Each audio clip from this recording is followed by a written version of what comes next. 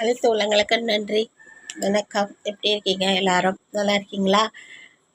இந்த பதிவு என்னன்னா, அம்மா அம்மானா எப்படின்றத யாருக்கும் சொல்ல வேண்டிய அவசியம் கிடையாது. இருந்தாலும் நிறைய பேர் அம்மானா மதிக்கிறதில்ல. அம்மானா என்னன்னு நிறைய பேருக்கு தெரியறதும் இல்லை. அதோடைய அருமை யாருக்குமே புரியவும் இல்லை. இன்னும் 10 மாதம் சுமந்தா பெத்தா நம்மளை வளர்த்தா ஆளாக்கணும் அவ்வளோதான் அப்படின்ற மாதிரி போகிறாங்க.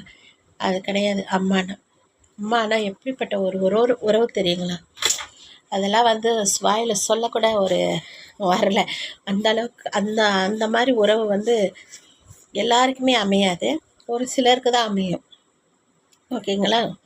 எங்கள் வீட்டுக்காருக்கெல்லாம் பாவம் சொல்லுவார், அவங்க அம்மா வளர்த்தாங்க. ஆனால் சொல்லக்கூடாது, அவங்களும் வளர்த்தாங்க, படிக்க வச்சுருக்கிறாங்க. இவர் படிக்கலை, அதனால் அவங்கள குற்றம் சொல்ல முடியாது. ஆனால் அவங்க ஒரே பிள்ளைய ஒரே மாதிரி பார்க்கல. 5 பிள்ளைய ஒரு இடத்துல வச்சு தான் பார்த்துருக்குறாங்க. ஒரு சில தாய் அப்படி இருப்பாங்க. ஒரு சில தாய்ங்க அப்படி கிடையாது. நல்லா 10 பிள்ளைனாலும் அவங்க பிள்ளையாக தான் பார்ப்பாங்க, 5 பிள்ளைனாலும் அவங்க பிள்ளையாக தான் பார்ப்பாங்க. ஏன்னா அவங்க வயிற்றுலேருந்து பிறந்ததுனால. என்னை பொறுத்த வரையும், நான் பார்த்த வரையும் ஒரு கேரக்டர் இப்படி இருக்குது, ஒரு கேரக்டர் எங்கள் அம்மா பொறுத்த வரையும் 5 பிள்ளையும் 5 மாதிரி தான் பார்த்துட்ருக்காங்க.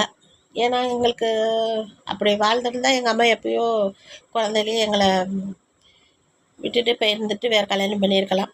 எங்கள் தம்பிலாம் 3 வயசு எங்கள் அப்பா இறக்கும்போது. அந்த இதில் எங்கள் 5 பேரையும் வளர்க்குறதுல தான் குறியாக இருந்தாங்க. வளர்த்து கட்டியும் கொடுத்துட்டாங்க. அந்த மாதிரி நிறைய தாய்ங்க இருக்கிறாங்க. பிள்ளைங்க குடிச்சிட்டு வந்தாலும் என்ன பண்ணாலும் அவங்கள இழுத்துக்கிட்டு போயிட்டு படுக்க வச்சு, அவங்க துணிங்களை மாற்றி, அவங்கள குளிப்பாட்டி, அவங்க பேண்டாட்டா அதை அள்ளுறது, வாந்தி எடுத்தால் அதை அள்ளுறது, பிள்ளைக்கு உடம்பு சரியில்லைன்னா அதை பார்க்குறது. அந்த மாதிரி தாய்ங்களாம் நான் நிறைய பார்த்துருக்கேன்ல. நம்ம நிறைய நீங்களும் பார்த்துருப்பீங்க. ஒரு சிலர் அந்த தாயை மதிக்க மாட்டாங்க. அந்த மாதிரி அம்மாக்களை சுத்தமாக மதிக்க மாட்டாங்க. அடிப்பாங்க, உதைப்பானுங்க. எனக்கு அதை பார்க்கும்போது ரொம்ப கஷ்டமாக இருக்கும். ஏன் இப்படி பண்ணுறாங்க? சோறு போட கூட யோசிப்பானுங்க. இங்கே தான் ஐஓசியில் தான் அழணும்னு நான் நிறைய ஒரு ஆயா உட்காந்துருக்குறாங்க பார்த்தேன்.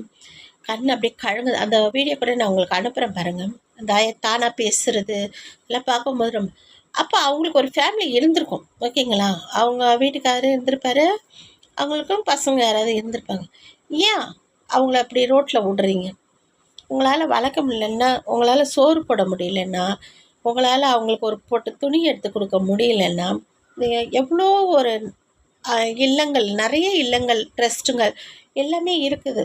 உங்களால் முடியாத ஒரு ட்ரஸ்ட்டுங்க, எவ்வளோ ட்ரஸ்ட்டுங்க இருக்குது. அந்த ட்ரஸ்ட்டில் கூட அவங்கள கொண்டு போய் விட்டுருக்கலாம். இல்லை பணம் செலவு பண்ணுற ட்ரஸ்ட்டு நிறைய இருக்குது. உங்களால் பணம் செலவு பண்ண முடியலன்னு தான் நீங்கள் அவங்கள ரோட்டில் விட்டுறீங்க. ஆனால் அந்த மாதிரி இது பணமே வாங்காத ட்ரஸ்ட்டு எவ்வளோ ட்ரஸ்ட்டுங்க இருக்கா? நீங்கள் செலவு பண்ண முடியாததை எவ்வளோ ட்ரஸ்ட்டுக்காரங்களாம் நிறைய டொனேஷன் மூலயமா பார்த்துக்கிறாங்க. அந்த மாதிரி கொண்டு போய் விடலாம்.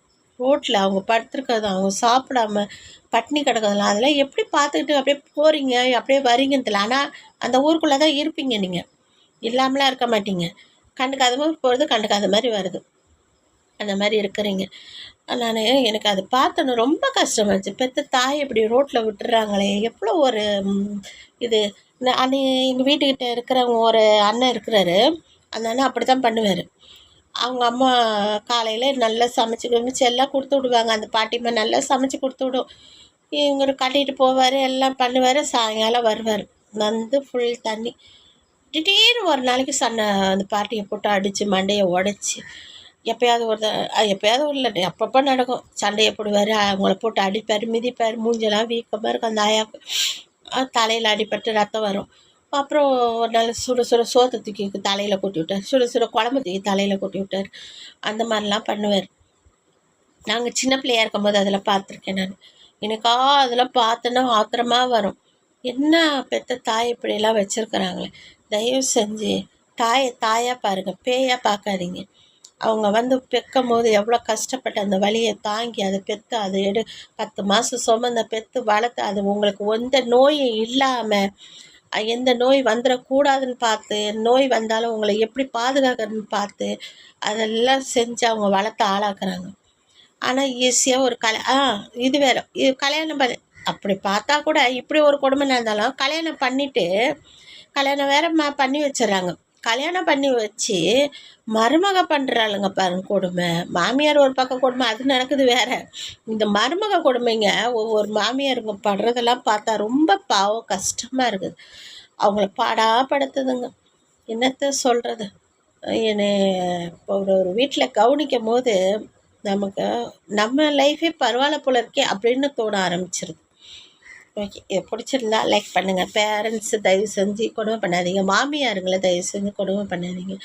உங்கள் அம்மா தான் அவங்களோ அது மாதிரி நினச்சி பாருங்கள். பிடிச்சிருந்தா ஷேர் பண்ணுங்கள், லைக் பண்ணுங்கள், சப்போர்ட் பண்ணுங்கள். பாய்.